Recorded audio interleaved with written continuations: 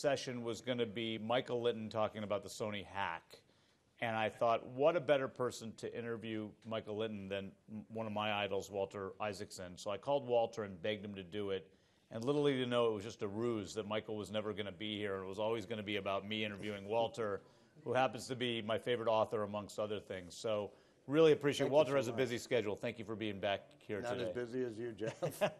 So we didn't prep at all. Walter has no idea what I'm going to do, nor did I until about 15 minutes ago when I thought about it. But what I'd like to do is I'd like to ask Walter a couple questions, which he can answer everything, and then I'd actually like to turn the tables, and we have a handheld out there. Walter was in my position at the BBG for several years, and it's been a couple years since you left. And I think it would be interesting for you to ask some questions, and based on where you had, and I know you're an accomplished journalist. So let's start with the fun stuff. Maybe my favorite book I've ever. Well, actually, my favorite book was Ben Franklin, to be honest. By the way, our first great public diplomat, when he goes to Paris, what he does, the first thing he does when he's America's envoy in Paris, trying to get France in on our side in the War of Independence. Even back then, France was a bit of a handful, so they have to send him Ben Franklin. He builds a printing press and starts printing all the documents that are coming out of America, the Declaration, the Bill of Rights in Virginia, all of these things, because he knows that he's never going to convince Verjean, the French foreign minister, until he convinces the people. So he starts handing them out, which is great. Right. And they, he even, because he knows the French have read Rousseau once too often, he goes there as the natural philosopher from the woods, in the backwoods, one of these romantic natural philosophers, wearing a coonskin cap and a backwoods coat, even though Franklin had never been to the backwoods. I mean, he'd lived in Philadelphia, Boston, and London his whole life, but he has this coonskin cap, and they all, worship him. So anyway, so Ben Franklin's my favorite one of Walter's books. I've already also read his Kissinger book, of course, and his Einstein book. But the book most people know him for recently is Steve Jobs. And so I know you've been asked 8 million questions about Steve Jobs. What, if you look at those four individuals that you wrote books about, which one of those today, after diving into all four of their lives, is the most fascinating to you? Still? Yeah, I was actually just asked this question by the New York Times on the way over here, because they're doing a thing about people who do many books about many people. I think that Steve Jobs will be up there in the pantheon with Edison, Henry Ford, Walt Disney, as having transformed industries. In Steve Jobs' case, he transforms the personal computer industry, the publishing industry, the music industry, the telephone industry, even retail sales and digital animation in your field. Yeah. He also is the American creation myth writ large, somebody who starts a business in his parents' garage and it becomes the most valuable company on the planet. So I think he will be seen in that pantheon. Einstein is in a different quantum orbit, to use his terminology. Yeah. He's up there with, Newton, maybe Aristotle, and Galileo, let's say, and in a different field. As for Benjamin Franklin, I keep wanting him to be the most important of the founders, because in my mind he was. Yeah. Obviously, you need George Washington, a person of great rectitude. And I don't want to get in too much trouble. He was a good general, not a great general. I mean, he lost every single battle up until he finally wins the war. So, so he deserves great things. And you need passionate people like Jefferson and Madison, and Adams, and smart people like that. But you really need a Ben Franklin who can glue things together. So I think Ben Franklin is seriously the most important founder of what we became as a middle-class democracy in America. So this is a BBG meeting, but I'll take a 1-minute sideline into my day job. So you excited about the Steve Jobs movie? Yeah, Aaron Sorkin, as you know, who's written the movie. Disclaimer, it's a Universal movie. It's a Universal movie. You can read much about it in places you shouldn't be reading on government computers. Aaron is an absolute genius in terms of screenplays and personal interaction. He actually did something, and I don't want to go too far into it because you'll probably then stop me because there's non-disclosure. But he did something which I found interesting, he did his own reporting for this movie.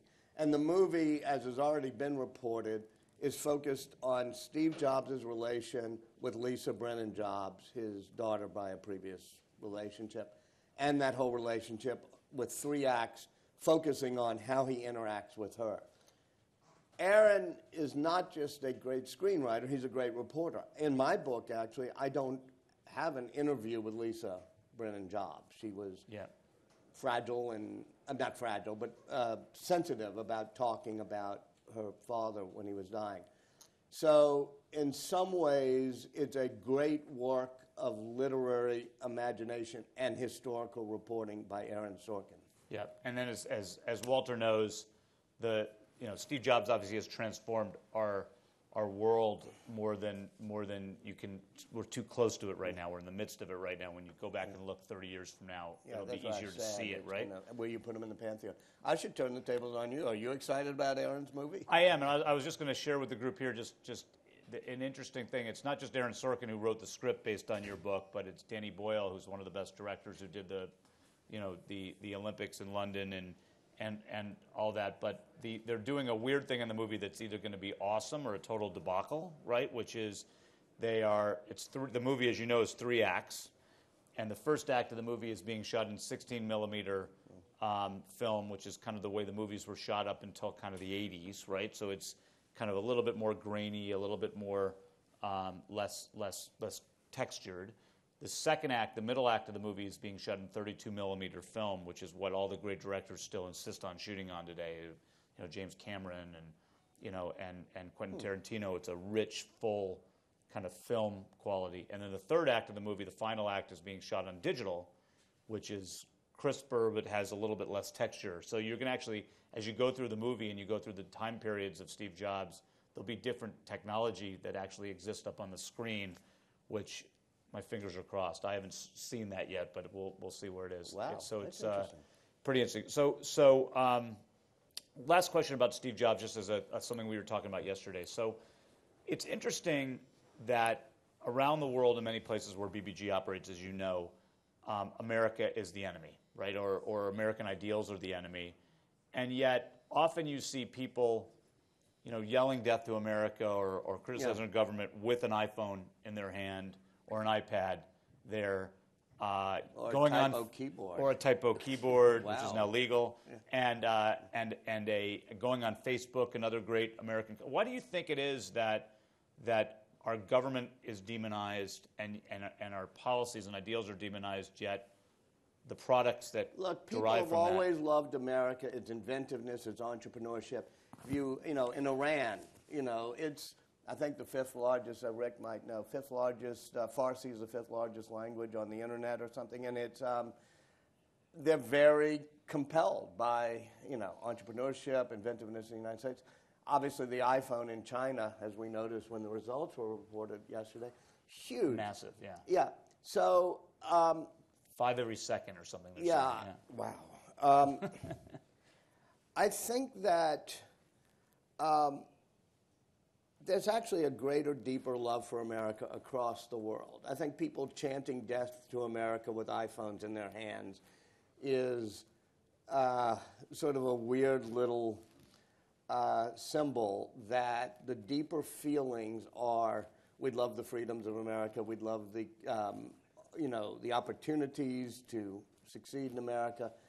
And obviously there's a resentment when America, as a nation, acts with a little bit less humility, or corporately acts with a little less humility, when it's so powerful. I mean, if you ever want to, sort of excite people, you attack the powerful. And you could even see it in Europe, where, our best allies, they're resentful of Google, and I don't want to wade into it too much. I think part of it is a legal case they have, and part of it is just a sentiment like, oh my God, the U.S. and Google and its privacy attitudes are going to take over. Yeah, it's interesting. So before we get to BBG, because we'll get that in a second, I wanted to get your thoughts, since Michael's not here, about the Sony hack, because the Sony hack's a really interesting thing that touches a lot of different things that a lot of us deal with. It touches you know, foreign governments attacking us in a different way. It touches new media and changes in media. It touches what is freedom of expression. Is it okay?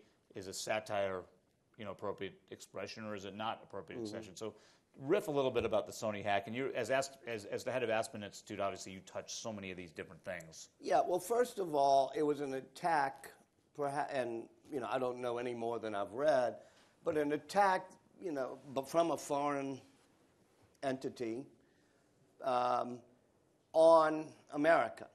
Now, if that group had sent missiles and it hit, you know, the Ingalls shipyard in New Orleans and blown it up, we would have retaliated with missiles. I think we're just we're working as a nation and whatever to figure out what are the protocols for dealing with cyber attacks. And I think Ash Carter and the Defense Department has just come out with some of them. But I do think we have to have a retaliation and an offensive as well as defensive capacity when somebody attacks an American company, just as if they attack the White House or the Pentagon with things. Secondly, that was a weird attack on what America is all about, freedom of expression and whatever. But it also shows us that different people in different parts of the world have different attitudes about it. You see it with Charlie Hebdo in Paris, which is if you're ridiculing the Prophet Muhammad, if you're ridiculing the leader of North Korea, whatever, you Americans think you can do that, but this is bad. So I think we have to be understanding of that. There's an interesting thing happened at the Penn Dinner, which I sometimes go to, which is this artists and literary thing up in New York, which really defends freedom of expression around the world, and they're honoring the Charlie Hebdo editors, and some of the Penn authors have quit in protest, thinking Charlie Hebdo's, you know, satire defamed and offended a minority or a group like, you know, Muslim, practicing Muslims. So it's very complicated, and the discussions are, you know, fun to have until they get serious, life-threatening. I think the more interesting issue to me, and perhaps to all of us as journalists or people who deal with journalists, is not just North Korea hacking in, but what should we have done with those hacked emails? You and I were both in the hacked emails. You and I both are minor characters, so we're not, you know, nobody ever wrote about us. But, you know, it's just like, Linton, you want to Don't get any ideas. No. But still, it was, you know, had I been at Time Magazine, we would have had a careful discussion, and I might even call, if you don't mind, calling Rick in a minute, because he succeeded me as editor of Time. You know, do we do it or do we not? Like, there were times we got tapes when I was at CNN that were from Al-Qaeda, and after we put them on instantly, after a while we decided, no, let's not put them on instantly, and I think I can say this now because I've said it publicly, went through Steve Hadley and others who were at the National Security Council and said, you know, give us pushback if there's anything you don't think we should air, you have a few hours or something. So I think you make those judgments about what's really bad to air or to put on. And one of the things that happened on my watch is our inability to control that. On my watch as editor of Time. There was a Saturday night when the Monica Lewinsky story was about to break. We were behind Newsweek in doing it. We had about half the story. I kind of felt they had about 80% of the story. We were both going to press on Saturday. I made the decision that we weren't going to write a story about it. We just didn't have it. You know, it was all too complicated. And I just held my breath, you know, throughout the evening as to whether Newsweek was going to do it. And Newsweek held the story. They did not print their story. And I went to bed nice and quiet, and I was awakened at about 7 in the morning by somebody calling me and saying, the entire story is now on the Drudge Report. And this is before the Drudge Report was that big, but this is one of the things that made it big. And likewise, the reason I tell this whole story is a lot of people were very good on the Sony emails, meaning things that they really felt were of interest, and even things that were titillating, like what do you think of this actor or this actress, gets put in, and even things about Obama that were uncomfortable, or, you know, producers talking about him. But a lot of other things weren't put in, you know, people's health records, people's social, you know, all those sort of things. Then WikiLeaks comes along and just puts it all up. So my problem is obviously with North Korea, but it's also with a place like WikiLeaks where I felt that at least you should say, well, why don't we redact some of these? Why don't we use some moral judgment? Why? Because we are human beings. Yeah. We use moral judgment. That's what makes us different. Yeah, so a perfect example, when I talked to Michael about this, I mean, people, in his kid's school, searching his children's name and can get their emails. Let's not even go there. So there's some horrible things. I mean, Rick, let's get a handheld to Rick. Do you have a perspective on this? Let's put Rick on the spot here. I don't need a handheld. I mean, the main thing I was offended, There's one next to you. the main thing I was offended by when I looked at the email was that you offered Michael Linton the bed I was staying at Yes, right. in your house. Rick, I'm not sure that's in there. I haven't searched, but Rick, as you know, being Rick, had come down here, and the Senate, being the Senate, had not fully confirmed him, so Rick's coming down. So he's not going to rent an apartment, so he's in my guest room. And at some point, Linton is coming to stay, and I'm, I guess we have like an attic room, but we only have one guest room. And I'm going, I didn't know, is that in there where I go back and forth with you and Linton who gets to stay in the guest room? I do remember we had that exchange. Now we're going to get people searching WikiLeaks. You said I could stay on the couch. Okay. I do It's remember funny, that. I don't know what your visuals are, everybody, but my visuals are not great. You guys walk around your roads. No. There's not something we even want. Even WikiLeaks wouldn't print that visual. I have to say, because this didn't happen on my watch either as editor of Time, it happened when I was in government, my reaction was really different. I mean, I felt... You talk about Monica? I felt that the publication of those emails, people were publishing illegally acquired documents, illegally acquired material. It's no different than if somebody drove up with a truck at your house and they'd stolen a rug and you decided to put it in your living room. And I found it very offensive. I think when you're on the media side, though, your head is at what are people interested in reading. You're thinking about your audience. You're not thinking necessarily who's affected by this violation of the law. And I think, though, if it had happened when I was editor, I would have been squeamish about directly printing or publicizing anything that was in them. And the one way around it, as you know, is you cover other people's coverage. That's cheap. But it's also not actually putting the rug in your living room, which is what a lot of people did do. Mm-hmm. And I do think that because it wasn't, as you say, Walter, an actual missile attack, I think people haven't reacted to it with the kind of seriousness that's necessary, the fact that this could happen to anybody, Jeff, as you know, and that we need to be much better prepared both to prevent it and to react to it when it happens again. There's a very deep issue here, which we actually wrestled with at BBG Voice of America when I was chair, which is allowing people to either be anonymous, and have their privacy online so that we would, help dissidents be able to post things, in ways that they could feel free to express themselves. But there's the other issue of the Internet having been architected in the late 1960s and 70s as a packet switch network in which the packets they have address headers, but they don't have origin headers. So unlike a phone call, you cannot trace them back. If we were to invent a better Internet, do this as a thought experiment, where you could know where each packet came from, each email came from, and you couldn't do it, totally anonymously through all sorts of anonymizing, proxy servers, would that make for a better world or a worse world? Yeah. So for me, this was an incredibly complicated situation. I want to talk a little bit about that for a second. So I wear two hats. I'm the head of Universal, right, which is a competitor and in some ways a friend for Sony. And then on the other hand, I wear the hat that you formerly wore, the chair of the BBG. And the situation was what you do and how do you react to this was about as complicated as it gets. When it first started, you kind of didn't know what was going on. I mean, everybody speculated it was North Korea, and then there were people who said it wasn't North Korea. And in my Universal hat, the hat I wore, I was like, well, on one hand, I want to come out and defend freedom of speech, freedom of expression, which is as important at Universal as it is here at BBG. But the flip side is you have employees that you don't want to put at risk. You have bosses who are looking at you.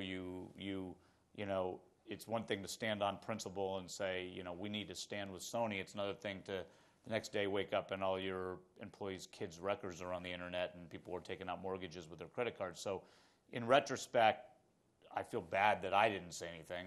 I was actually wrong. I should have stood up and said something. But at the time when it's unfolding, it's all very complicated. And then when you layer on the BBG role, I think this has crystallized amongst a lot of the board our need for something Matt's been banging on about, which is a strategy for the BBG. Because, are we about journalism, or are we about human rights, or are we about freedom of expression? And in some ways, the answer is yes. We're about all those things. And this was a golden opportunity for us to take the lead, and we didn't. And so I failed here, but it's the best thing we can do is kind of is pick ourselves up and use it as a lesson going forward on how we deal with things like this. And by the way, we should, since we're both here and Michael's not, give a bit of a lot of praise to Michael Linton, who I've been in tough situations before. You have as well. I think he handled himself with class, good grace, good moral judgment, and kept calm, and has been navigating this as well as you could possibly do for a corporate leader. And he got the movie out. So maybe it's I went to go see the movie the first day, which I never would have done. And I won't tell you what I thought of the movie, but I felt almost we have different tastes. It's patriotic to go see the movie. I downloaded it on Google Play, which I had never downloaded anything on Google Play before, and now I do all the time. If our Google we friends did are a still double there. feature right almost in Georgetown at that thing on 24th Street with The Imitation Game, which I really loved because I'd written about Alan Turing. Yeah. And then the same theater then did the interview? Yeah. So it's great. No, I agree. Talk about two movies that are quite different, by the way. And by the way, for Michael, it was a very difficult situation because he on one hand, that Sony's not an American company. He runs the American division of Sony, but it's a Japanese company. And so they were wrestling with their own issues regarding China and North Korea and everything. And then the flip side of that is it was an ever ongoing situation where he didn't know from minute to minute who was doing things. And then once he decided to release the movie, he had theater owners saying, we're not sure we want, and the mall operators, by the way, were saying to the theater operators, don't release the movie because we don't want people coming, not coming into our mall because they're afraid of terrorism. And then he goes to different distributors to put the movie out online, and people say, well, no, I don't know, we don't want to get hacked. So I actually think Michael, and I'm not saying this because he's a friend, but I think he did, in retrospect, under the circumstances, it's hard to imagine anybody handling it any better than he did. So anyway, let me stop here before we get to BBG. Any questions on Sony hack, freedom of expression, any of those kind of things, or we'll move on to BBG issues? Any comments? No? Okay, people look enthralled out there. So BBG, Walter, you took over as chair when Obama was elected back 7 years ago. Actually, I'll give you a little Linton story as well on Yes. him. So get to the Hotel Monica right before the inauguration, the bar in that hotel near the National Portrait Gallery. And I'm with Michael, old friend. Rick has not yet moved in, so Michael's staying with us. And and he said, I say something like, I said, are you going to go in government? He said, no, I'm doing a board. And I said, yeah, I think I am as well. And I said to him, what board you're doing? I guess I'm going to get in trouble saying this. He said, well, I'm not supposed to say. And I said, yeah, okay. It's on email anyway. Yeah, So, yeah. And so half a drink later, I said, come on, what board? He said, BBG. And I said, yeah, BBG. And so we were both being appointed to the same board. And that's why we joined the board together right after Obama got elected. Right, and then there was a corollary to the story, which some people here know, but I was a lesser important member of the Obama team, and so they also called me and said, would you like to do something in the government? And I was a big admirer of a guy named Mark Nathanson, whose picture's on the wall upstairs, a mutual friend of ours. And so I had heard about BBG and had fallen in love with BBG, and I'm still in love today, sitting here. And so I heard through the grapevine, I called the White House and said BBG, and they said, no, sorry, that's full. No BBG for you. And I heard through the grapevine that some guy named Walter Isaacson, who I'd read his books but never met, was going to be the chair of BBG. So I called you up, and I said... Came by. We had a nice time. I said, can I come see you? Yeah, and be careful of what you wish for, because you said if there's ever an opening, I said, great, we will push So I actually, from the very beginning, I didn't get on the board. I held out and didn't join any other boards, and then finally Walter went to go write a book, and I got asked to join the board. So that is so. You wrote a blueprint for the BBG with your board back 7 years ago that included grantee consolidation. It included hiring a CEO. A lot of the things that this board's pursuing. Kind of from afar, having been in there and from afar, what are your impressions on where the BBG is today? And be brutally honest, good and bad. The biggest surprise to me, because I hadn't read the whole title of Broadcasting Board of Governors, I didn't realize we were supposed to govern the thing every day.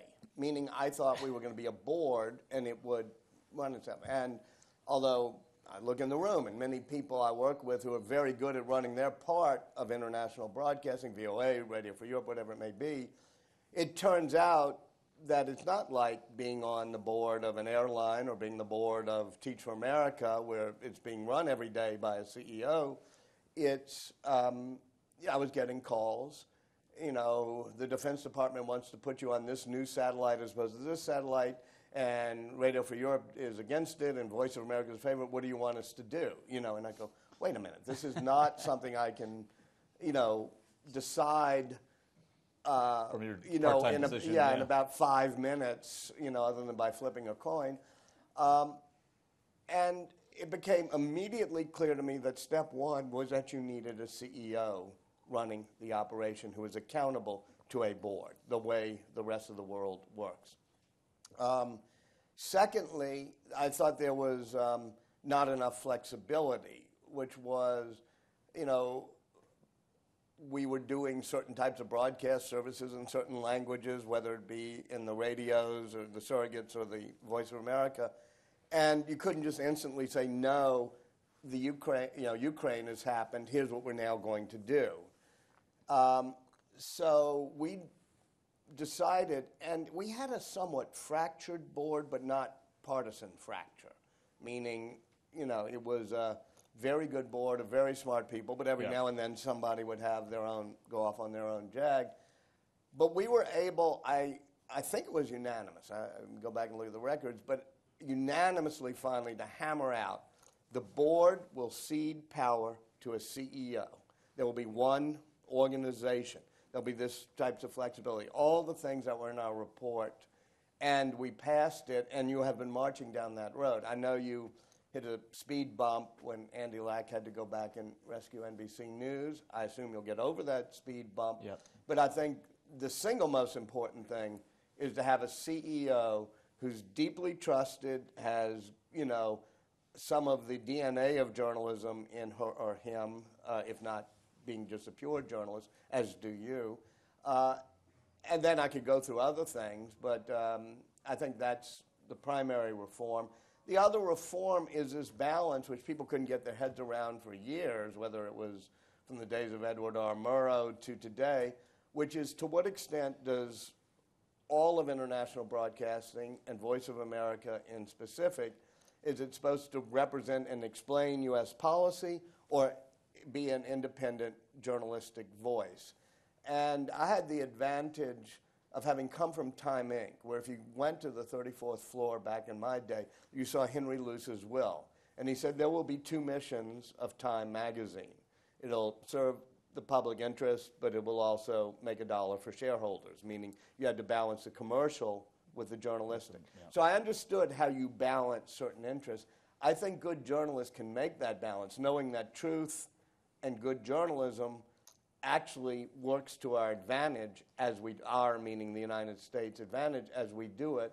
On the other hand, we also have to balance the fact that we're being paid for by taxpayers, that there are policies of the United States that need adequate and good explanations, and it's not being a propaganda arm simply to explain clearly, truthfully, as well as without bending over backwards to seem abashed by it, why America does what it does. Yeah, it's an amazing organization. I didn't truly appreciate the governance part of it either when I came in. The thing that I didn't appreciate, I think, the most is in my day job, I run a media business, a film business, which is hard enough because the world is changing so dramatically in the media world. You know that.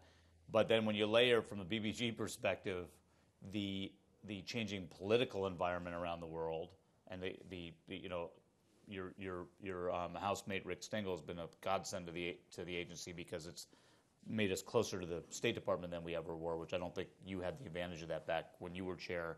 But then you layer on the political angle that you get your money from Congress, but the White House directs it, and it's just this incredibly complicated kind of ecosystem to accomplish these important missions, right? Right.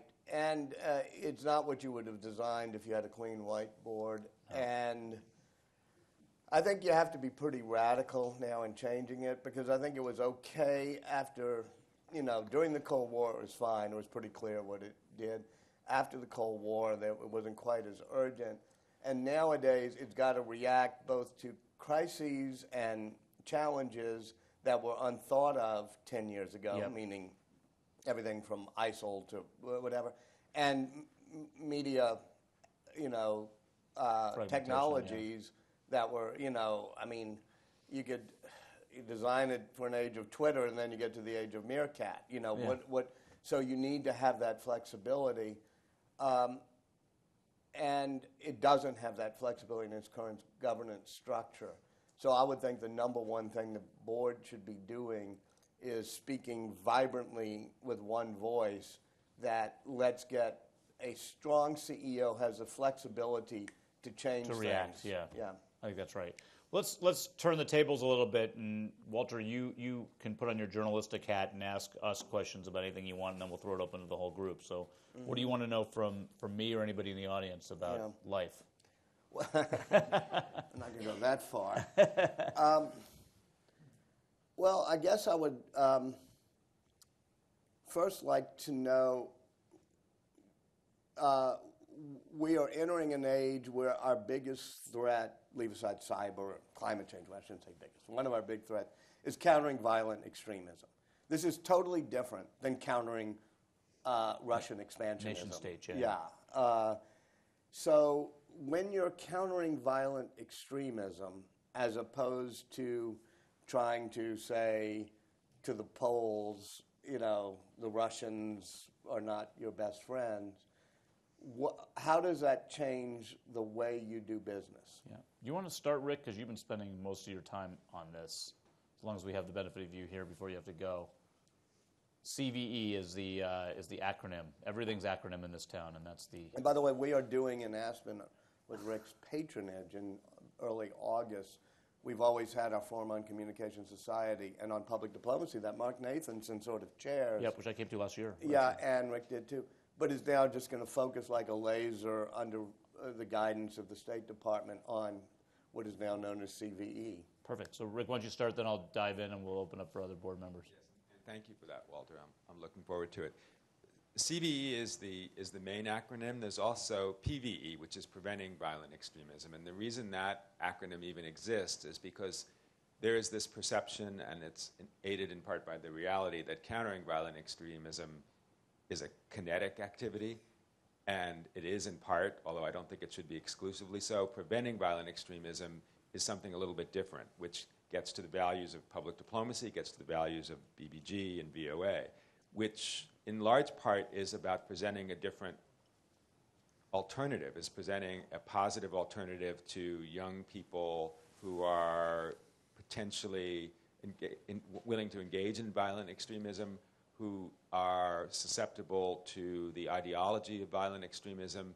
One of the things that we've seen, and we talked a little bit about this yesterday, is that the thing that seems to unite, for example, the mostly young men who go across borders to fight for ISIL in Syria and Iraq is not necessarily a belief in 7th century Islam, but the need for a sense of belonging, the need for some meaning in their lives, and often just the need for a job. And so in terms of preventing violent extremism, those are the kinds of things that we have to think about. How do we improve people's economies? How do we make societies more meritocratic? How do we make them more mobile in places where where these young violent extremists might come from, as opposed to just actually quashing them on the battlefield? So I think those values, which are values of public diplomacy, values of BBG, are the things that we should be thinking about. And I do think that having a conversation, one of the ways that BBG, I think, will change and is changing is that it's no longer a one-way street. All of these platforms offer an opportunity to be in a conversation with people in a way that we haven't been able to, and that is one of the key tools, I think, to preventing violent extremism.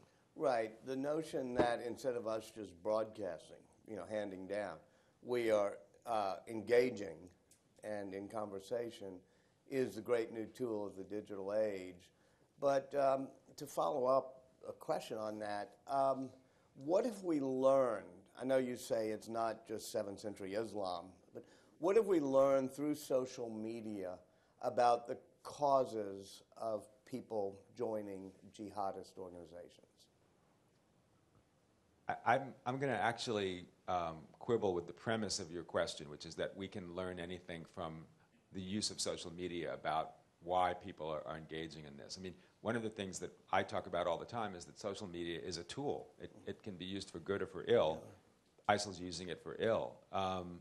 But I assume we monitor how they're using it, and therefore we know what's successful, what's not, what arguments work and don't, that sort of thing. Well, I actually, they're using it as a marketing tool. They're very, very shrewd marketers. Was an interesting piece over the weekend in courts about likening ISIL to a group that is marketing itself differently than other rivals in the extremist camp, and they've been very, very successful at it. I think they see it as a tool, as a recruitment tool, as a tool to be in a dialogue with people and have a conversation with people, and they're using it oftentimes in a more sophisticated way than we are. I don't know that it tells us anything about the causes of people's attraction to ISIL. And by the way, those are things that we talk about all the time. I mean, you'll never go wrong underestimating the amount of grievance that Sunnis have in the Middle East. This is part of the draw that they're playing on. One of the things I say all the time is that social media is not creating a market for violent extremism. It's exploiting a market that's already there, and they're very shrewd in how they exploit that market. Yeah, one of the things that was interesting we talked about yesterday was, I had likened it to young African Americans joining gangs in the 80s and 90s in America, but it's kind of not like that, because that was primarily a lower socioeconomic, kind of symptom of no economic hope and no jobs. And as you pointed out, Rick, yesterday, one of your folks pointed out, the vast majority of the people joining ISIS from the West, right? So from the West are middle-class kids, not lower-class kids. So there is a certain element of kind of faith or something else going on here. I think from a BBG perspective, there's a lot of different implications of that, but let me pick two. One which is a tough one which is an opportunity. The tough one is, you talked about flexibility, Walter, that we are set up to counter nation states being repressive towards their people. And there's certainly plenty of those left in the world, whether it's China or Putin or North Korea or Cuba. But this is a different animal. There's no state that's directing this. And so we're not really set up as an organization. And one of the things that's interesting is we don't broadcast our media into France or the UK or even Turkey, right? I guess VOA is in Turkey, so we have some capability in Turkey, but we're not set up as an organization to be flexible in the way the world is. Now, the nice thing is, the positive thing we have is the internet, is digital, because it's relatively cheap and it's relatively easy to transition your organization to one that is not just blasting out 1 hour long programs on linear media or radio, but instead is having a conversation and putting your content on platforms that engage people wherever they might be. I think we're actually doing a good job of that. Rob Bowles here has been leading a lot of those efforts. You acquired facial hair. You stole him from State Department. He's been doing a great job, but yeah, go ahead, Brian. Pass the mic down, Rick. Yeah. Brian. Hey, Brian Walter. knows the answers. To answer your question, how do we change what we're doing? Some of it's social media, but also using TV and radio in a way we haven't used it before. Call-in shows, which we've always sort of shied away because it didn't... By the way, you had me on one. I don't know if you That's remember. right. Yeah. That's right. But instead of having experts talk about what is plaguing the audience area is to have regular people, ordinary Iraqis in this case, to call in and have maybe an expert come on. We have a plan to have the Speaker of the Iraqi Parliament come on and be grilled by average people, either on a TV show or a radio show. This is sort of unheard of. So engagement can take many forms. We all think of engagement just in the digital sphere, but it's also in the traditional media that we've never thought of before. But an interesting phenomena that we've experienced already with our Facebook is and we invite and stimulate comments, is the fairly large number of sympathetic postings to ISIS, particularly when we're dealing with a foreign policy issue or an anti-ISIS article. From where? It's hard to tell. This is throughout the Middle East, but this is what intelligence we've learned. We're still learning, but one thing we have seen is when you put out something that they think is supporting U.S. foreign policy or raises that issue. Do you think they have a organized social network war room? We don't know. I think there could be an element because when you put on one of those articles, you get this fairly robust, immediate response. Rob, you're nodding. What do you think on this in terms of, do they have this social network war room or what? And do we have it? Yeah. I think that there is a lot of planning and thinking about how information is utilized in monitoring and managing foreign policy. I think that from nation states that use it very effectively down to those lessons are being learned by lots of organizations like ISIL. They have media teams that they think about how they deploy and how they utilize. And there's been some really great articles that RFURL has done around troll armies out of Russia. Right. There are troll armies in ISIL that I think are not as necessarily command and control from an ISIL point of view, but are sympathetic and are coordinated. Mm-hmm. Yeah, to get to the broader historical picture, in the late 1940s and early 50s when VOA was kicked up a notch and RFE was invented, whatever, we knew what the threat was, and we had a concept, largely by people like George Kennan, who said, okay, this is why Russian-based Soviet-style communism has expansionist tendencies, and here's what we're going to do to contain it, and that will lead to this. And he turned out to be right after 50 years. We did that in a time of nation states with ideologies trying to expand using traditional media that were there at the time, broadcast media. We are still using the same institutions, not just Voice of America, and I know VOA was sort of before the Cold War, but still, that's where it comes from. But VOA, but NATO, the Marshall, the World Bank, whatever, these 1940s and 50s institutions that were built when we were worried about tanks coming through the Volga Gap, but we understood the expansionist ideology of Russian-based, Soviet-style communist ideology. Now we don't understand the expansionist ideology of ISIL, which really wasn't on our radar screen 4 years ago, right? So we just seem to need everything from a George Kennan to explain, okay, what are we up against, and how do we either contain it or, help it demise, to what tools do we use? Because NATO and the World Bank and VOA have to all be modernized for the social media, mobile age. I think that's right. But let me put a plug in for another book, which is The Wise Men that you wrote with Evan Shapiro, which really talked about... I'll give Evan Thomas more of the credit. Evan Thomas. Just a wonderful book about how a group of people came together and created the American century, not at the most public level, but I really read that too, by the way. Wonderful. Evan wrote the good parts, including the formation of NATO.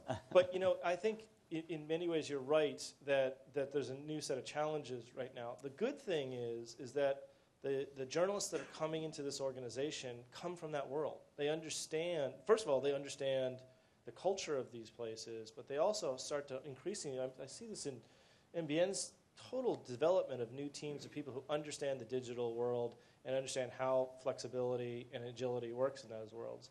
But the biggest, I think one of the biggest problems that we have in terms of facing it is that there isn't an acute understanding in the policy development around what is our response to these issues about the role of information. It tends to be an output rather than an input into the developing of how we think about responding. And I'm interested in, actually, if you don't mind, Jeff, to turn the question around, is hearing from you about the perspective of how should the White House, the NSC, the State Department, BBG, think about the role and use of information in the development of U.S. policy and U.S. Yeah, I would think, and I'm speaking not for, Rick Stingel, Lisa Monaco, all the people who really have to make this policy, that step one is what I would call the Kennan step.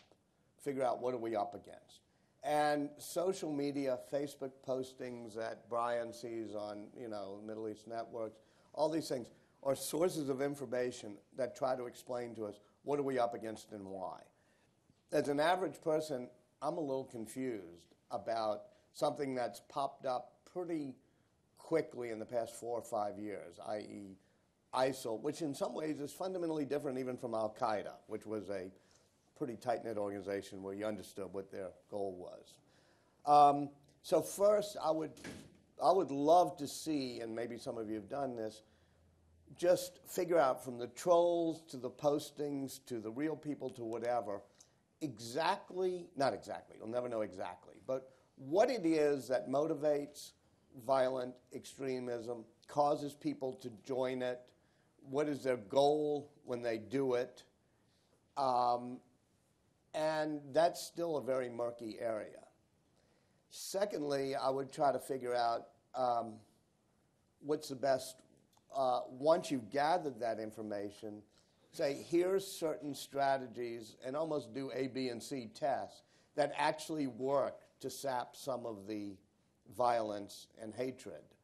And I have no idea what that would be, but we would, we started with the Marshall Plan, World Bank, IMF, et cetera, tested different ways of keeping poor Greece and Turkey from going as part of the Soviet orbit in 1945-46. So these are the type of tests that we're not doing yet on what works against this new enemy.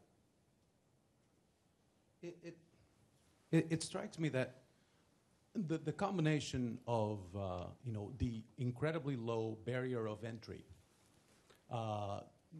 for anybody to become a messenger in this new world, combined with the ubiquity of the reach that they can have almost instantaneously, has actually helped what is a relatively small number of individuals on a worldwide basis, right, to have a disproportionate impact on our media cycle.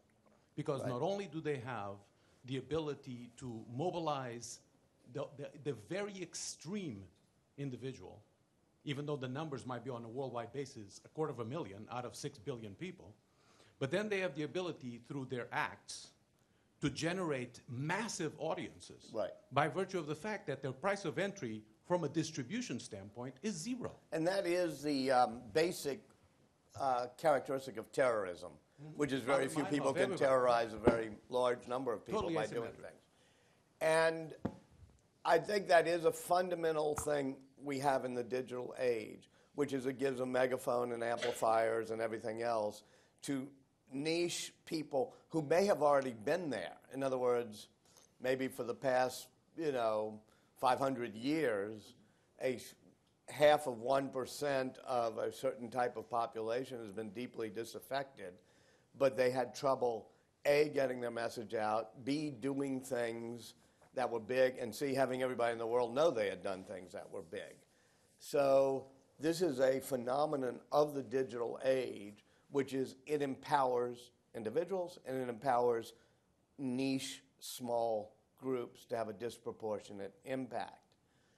There's a couple ways of looking at that. One is to say, hey, calm down. This is a niche group that's, putting up beheading, so we're all totally frightened, which would have been different than if it were, say, a car bomb in a town you'd never heard of. But now they have this new way of doing things, and we should calm down a bit because this is just so small. Or we should say, hey, we live in a fundamentally new world in which violent extremists can both recruit in a better way because they have an amplified recruiting structure and get their terrorist actions more amplified. And I'm a little bit more in the latter camp. I mean, you have to deal with the world we've been handed. Yeah, it's interesting, though, going back to the very first thing you said, what's the role of BBG?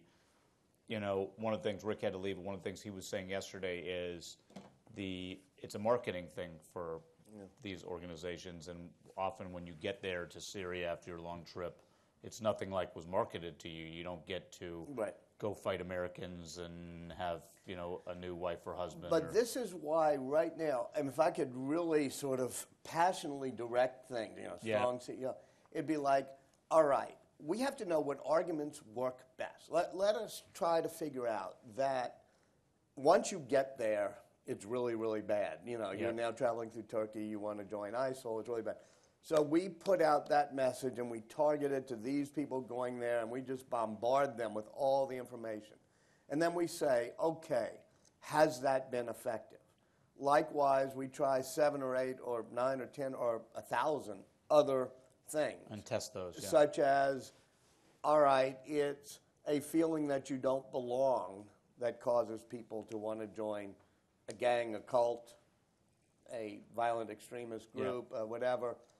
Therefore, let's create feelings of belonging or mission or passion, or maybe it's a distortion of religion is one theory. So let's get a lot of good imams from around the world explaining that when you read the Quran or if you're a faithful follower of the Prophet, this has been you hijacked. don't do that. It's been hijacked. Yeah. I don't know which of those work, but that's the most crucial thing we need right now is to know what's causing people to join these and what strategies to counter it or prevent it work. I suspect we have almost no good information on that. I suspect the BBG and its entities could be a place that focuses like a laser on gathering information on that. I think that's right. And then, of course, countering it because you learn, all right, we should just have 1,000 imams talking about the Prophet. That's the best way to go. Or we should have people joining Facebook groups that are about other things. That's the best. It's an interesting thing, and not to talk too philosophically for a second, but when the BBG actually was formed, or when a lot of our entities were formed, it was all about countering state broadcasters who had one message, and you didn't have an internet, and you know, it was all about people hungering for another source of information. Now the reality is most people around the world, not all, but certainly in this region we're talking about, have lots of sources of information, and it's about countering lies and facts that aren't necessarily facts and narratives that aren't true. Rick and I met with the King of Jordan yesterday, right, who I know you know, and he said some very interesting things. One of the things he said is, if it's your war, we can't win. You know, it's got to be our war against this, and therefore give us the tools. But that's a good lesson for you all, too. Yep. I mean, international broadcasting, which is maybe it's not American. I mean, and by the way, there's no one answer. But it's an answer. And and empower others in the region to fight the information war as well as fight the air war. And when I say try to figure out the answer to this, I want to correct myself. There's not an answer, nor was there in the Cold War. In the Cold War, it was decided we needed to build up the economies of Western Europe, and we created a Marshall Plan to do so. But we also needed to win the information war, and we created, upgraded Voice of American Radio for Europe. But we picked certain strategies that we thought would work, and all of them did. I mean, the NATO combination worked, of all the World of them, Bank worked, the Marshall Plan worked, and international broadcasting worked. Right. It took a while. So we have to do the same thing here in a different way. What are the questions that people have? David, Enzor. I know. I just wanted to. I just want to put in a plug for the truth. Yeah. The truth is powerful, and for example, the truth from our Kurdish service that the Yazidis were surrounded on a mountain and needed help, and broadcasting that, talking about that, getting involved with the Kurds as journalists, as truth tellers, led first of all to safety for the Yazidis, and secondly to exposure of the perfidy of ISIL. The same thing happens when our Somali service covers in depth what's going on in Minnesota in families about computer access and children and whether they're being recruited or not, and whether they ended up at an airport in Spain on their way there. Those kinds of stories, with us telling them using our services, who really are from the community in many ways, that's very powerful stuff. It's just telling the truth about what these people are up to and how it affects humans, and storytelling that's honest. It's old-fashioned. The mediums are changing, the distribution platforms are changing, and we must keep up with that. But honest truth-telling is powerful. It's always been about storytelling and the truth. And this gives me an opportunity to say, one big thing, which is I know everybody who works in the Cohen building and everybody involved with international broadcasting has gone through some rough patches, whether it's budget cuts or changes in leadership or the complexities that happen here, and even people having to come and go for different reasons.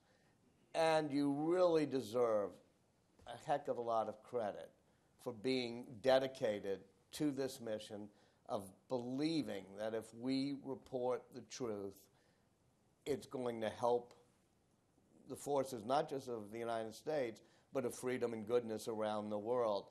And I know you come to work every day and you're doing a great job, and you probably feel there are days when either on Capitol Hill or around the world people aren't appreciating what you do. But that's one reason I came today. It's just my tiny way of saying, boy, I really appreciate not just what David does, but everybody does to keep this mission going. Thanks, And Walter. thank you. That's great. Karen. I had a quick question. I just love the way you're talking about experimentation and learning from experimentation. It just sounds so much like what we've seen has happened in corporate America, that used to have these big companies that in a slow-moving world could, create scale and come out with a finished product, and now we've gone to lean corporations, and you're saying, as opposed to having a Marshall Plan that you put in place and then it keeps going and chugging along, now we have to experiment and learn from our experiments. And we were talking this morning about how to describe some of the activities that we're going through now, and you could almost think of it that way, that we're doing a bunch of experiments and seeing what works to get the truth out. But I think the missing point that you've raised really well is, how do you learn from those experiments? How do you start learning what works, and then how are you flexible enough to direct resources and double down on what's actually working? And that's such a challenge because it's so hard to get data out of these places, and also because the way the places run, as you've pointed out, it's hard to be flexible. But I think that framework is so powerful, what you're talking about. And you're letting different experimentations and innovations blossom, which is great. And if I were to change the structure a little bit, we talked about it when I was chair, it's take some of the money and just give it out as grants to any organization that comes along and says, okay, I've got a way, you've not even heard of Periscope or Meerkat, but trust me, it's coming 4 months from now, it's going to be big, and I have a way of empowering that here. Give me a $50,000 grant, and boom, I can do more than, or $100,000, whatever it may be. So I think ways of seeding, being almost not a venture capital, but it's almost angel investor, starting up people doing experiment. But then you get to the problem, Karen, that you've identified, which is when there are 1,000 enterprises doing this, everybody wants to say, hey, we're really effective. Here's our metrics. We've actually changed the mind of 1,000 people per hour or something. And of course, you don't really know the data. So the real challenge is, since this is an interactive age, in which we actually receive as much as we broadcast out, how do we bring all of that knowledge together? Because whether it's the White House or the State Department or you all here or all journalists around the world or, the Aspen Institute, we're all trying to figure out two things. Why has this risen so suddenly? And what works to prevent it? And we have very few data points on that.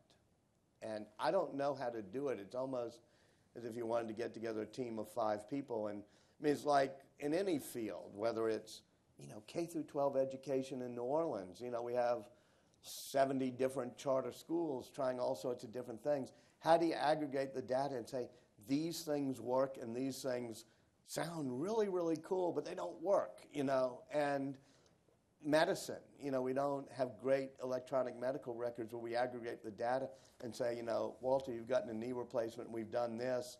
Now let's look at 10,000 people, we've tried it, and say what works, what doesn't in this type of person. Because it's not one answer, but if, you're this type of person, this works. And I don't know who's doing that data analytics. We are entering an age in which the internet makes everything interactive, a digital age empowers everybody, social media changes things, mobile data, big data changes things, but data analytics is also in that mix of being, wow, that changes everything.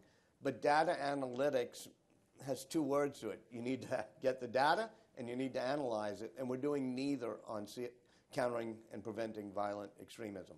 And these things are particularly hard in the government, because in the government what happens is you get funding for something, and it's something, I'm new to the government, this is my first experience with it, but there's an incredible inertia towards the status quo, right? So being flexible and measuring and changing and all that is but not let what me just reassure you that in K through 12 education, there's just as much inertia because every on the teacher, charter school side, yeah. But every teacher, every principal, every school thinks, okay, we're doing it right, and we don't need assessments, we don't need tests.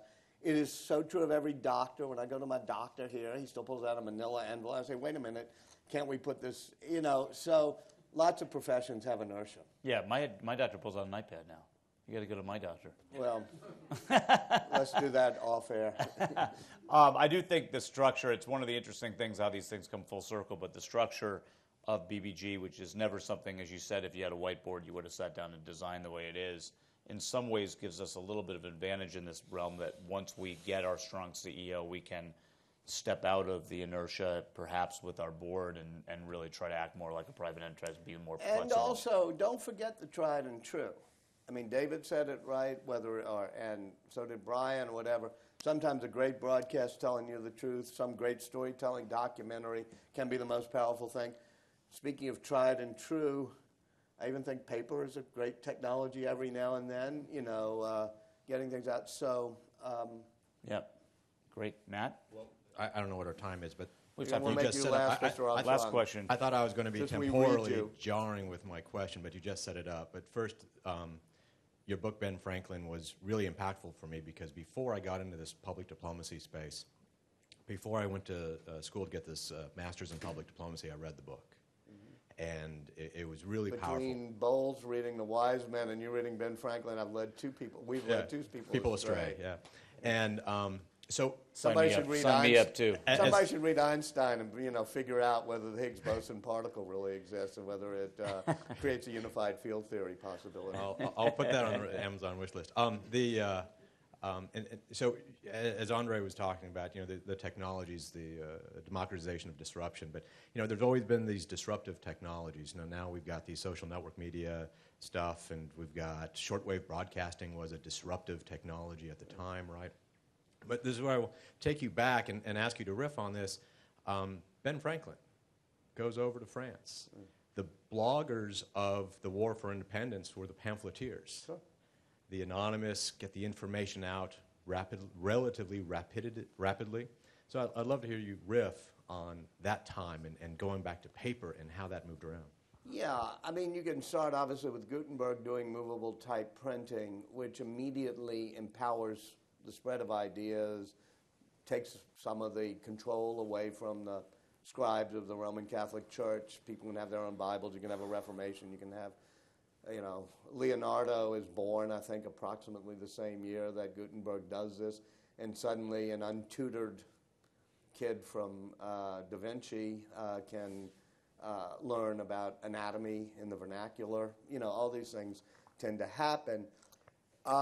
When you have it at the beginning of the American Revolution, it gets, and I don't know, this is, we're at noon, I can end with it. Let's end with this, yeah, let's conclude. Then I'll make this broader and end with it. It's ingrained in the DNA of America, in its genetic code, to not only be comfortable, but to be thrilled by the free flow of information. Not only does Ben Franklin, go over and do a printing press in Paris to do this, but before the revolution, he brings Tom Paine from France and gives him a printing press. And Paine prints Common Sense. He's basically a blogger. There's some anonymous blogging. There's some by name blogging. Nobody quite knows who Thomas Paine is anyway. Poor Richard's Almanac is sort of the blog of Ben Franklin. People kind of knew Poor Richard was Ben, especially after a couple of years. They know it's Ben Franklin. But that mix of anonymity and creating your own identity online, so to speak, happens then, 300 years ago. So, or, 250 years ago. So what happens then? And Franklin even develops a postal system, because up until then, all exchanges between people in different colonies tended to have to go through England, which was like a central switching hub, and you wanted to have a decentralized hub like we have with internet protocols. So all of a sudden, the Carolinas could communicate with Pennsylvania without, in a web-like structure. So all of that does have historical counterpoints.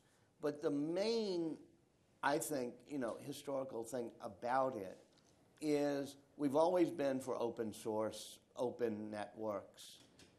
Franklin does try to create a postal system that favors, to some extent, his content.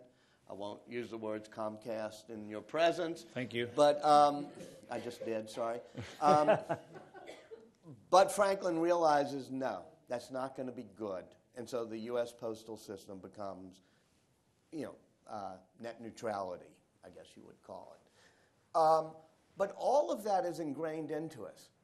Now, what we have to face, and I've just read Hank Paulson's book on China, and I realized, okay, in China, that's not ingrained. And there are two ways I think about that, which is A, they're wrong. They're going to lose out in the long run. If you're not comfortable with the free flow of information, you're toast. But B, I think they're wrong, but they think we're wrong. We kind of have to understand where they're coming from a bit. So this is the complex world we're dealing in.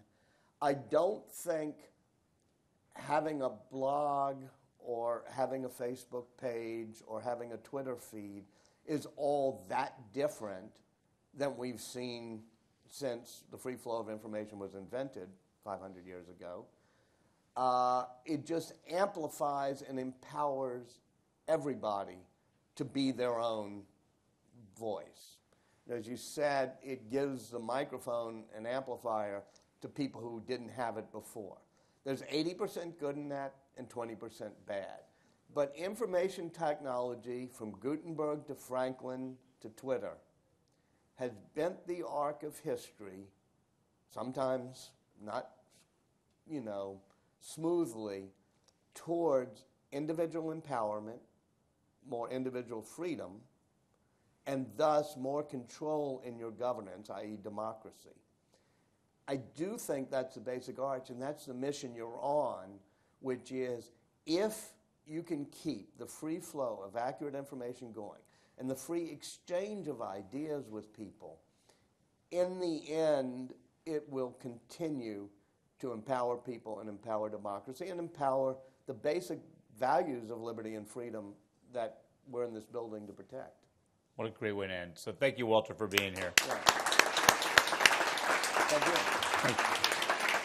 Thanks for doing this. I appreciate it. I owe you one.